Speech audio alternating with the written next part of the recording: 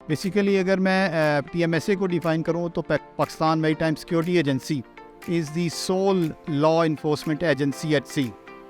उसको और मैं सिंपलिस्टिक वे में बताऊँ तो it has the policing role which the police has on land. PMSA does that role, performs that role at sea. So sea में हम जो ब्रॉडर कंटूर्स जो देखते हैं, अगर लॉ इन्फोर्समेंट की टर्म्स में देखूँ तो all type of illegal activities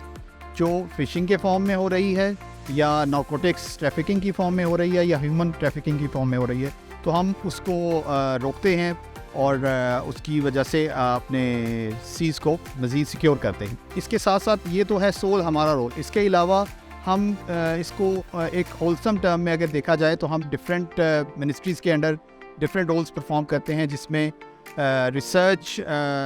marine research को हम फैसिलिटेट करते हैं, जिसमें जैसा कि आज आप मिलेंगे डिफरेंट टीम से, डिफरेंट कॉलेजेस, डिफरेंट यूनिवर्सिटीज़ के स्टूडेंट यहाँ पे आए हुए हैं जो रिसर्च फेलोज़ हैं ऑन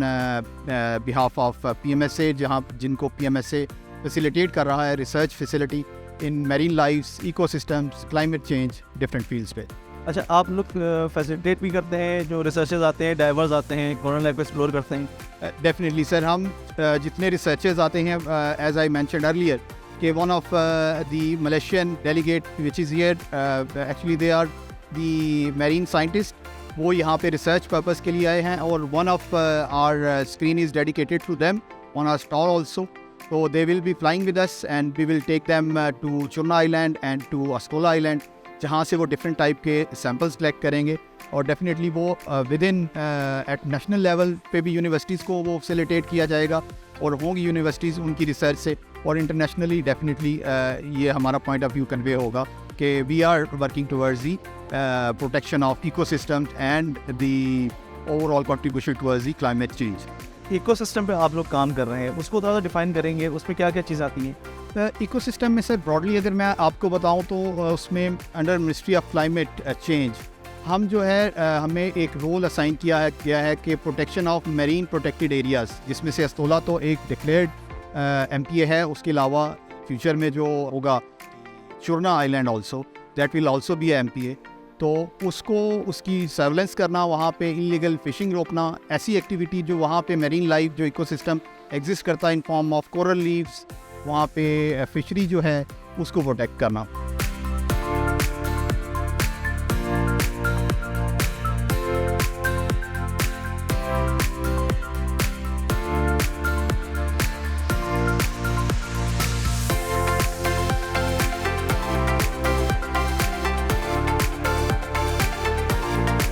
ये 1956 से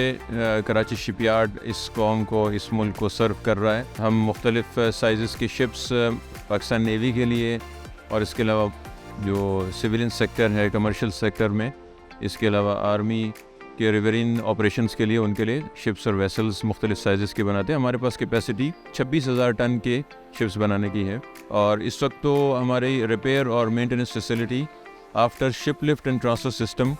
इंस्टॉलेशन के बाद इस वक्त हम तकरीबन 13 पार्किंग हमारी एडिशनल आ गई हैं, तो कैपेसिटी काफ़ी इन्हेंस हो गई है। तो इंशाल्लाह hopefully we are expecting further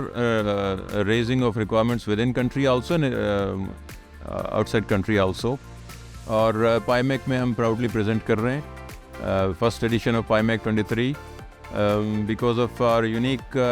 stall and the ability to enhance indigenization in Pakistan. हमें बाकायदा अवार्ड भी मिला है। इस वक्त स्टॉल पे जो आप पीछे मेरे बिल्कुल बैक साइड पे जो देख रहे हैं, this is actually a model of the ship which is already being made designed in Pakistan. It is called as Jinnah class frigate, completely designed in Pakistan and will be built in Pakistan.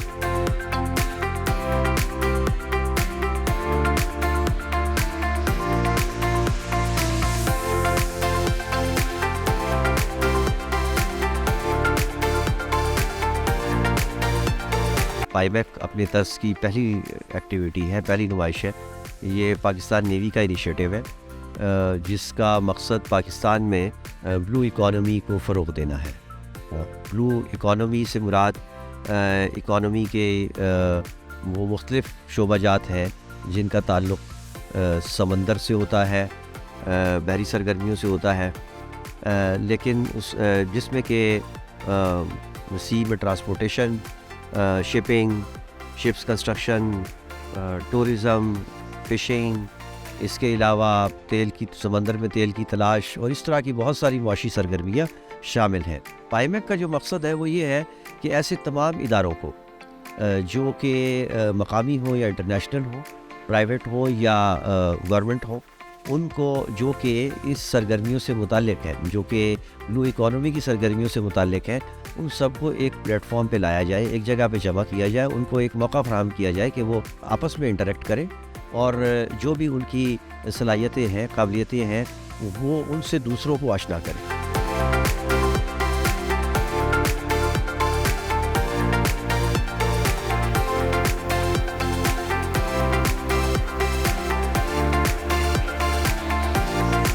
I am country head marketing and advisor to chairman for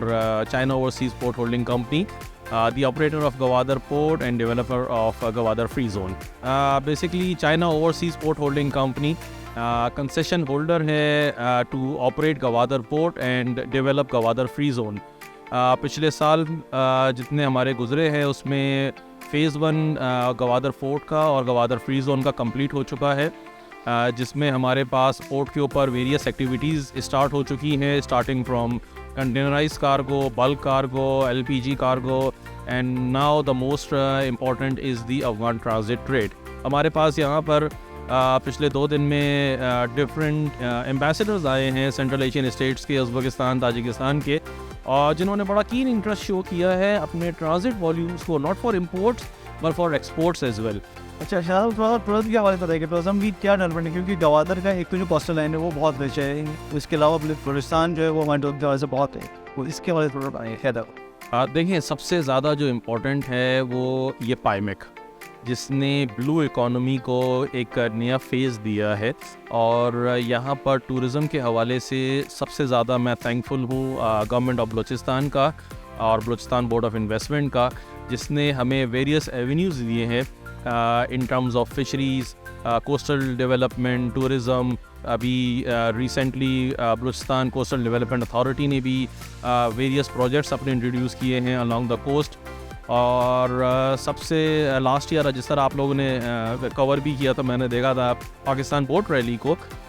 definitely वो भी एक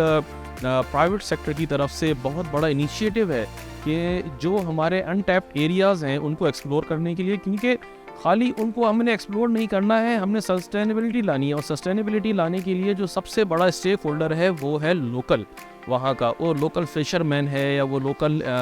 वहाँ का जो इस वक्त community है, जिनको हमने सामने लाना है, फ्रंट पे लाना है, इकोनॉमिक एक्टिविटीज़ क्रिएट करनी है ताकि वो उस इकोनॉमिक एक्टिविटीज़ का बेनिफिशियरी बने।